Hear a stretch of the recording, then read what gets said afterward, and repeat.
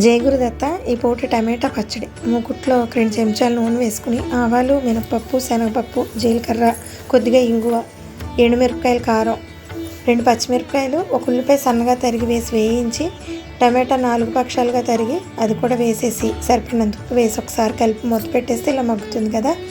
ఇప్పుడు కొద్దిగా బెల్లం, చింతపండు అట్టే పట్టదు, టమాటా పులుపుని బట్టి వేసుకోవాలి. చింతపండుకి సరిపడ బెల్లం, అది ఎంత తీసుకుంటాం ఇది ఎంత, చల్లారాక మిక్సీ చేసుకోవడమే.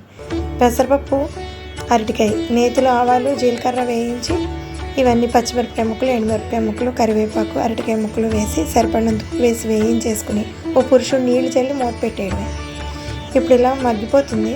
మెత్తగా అయ్యాక ఉడకబెట్టుకున్న పెసరపప్పు వేసేసి ఒక్కసారి కలిపి మూత పెట్టేయడమే.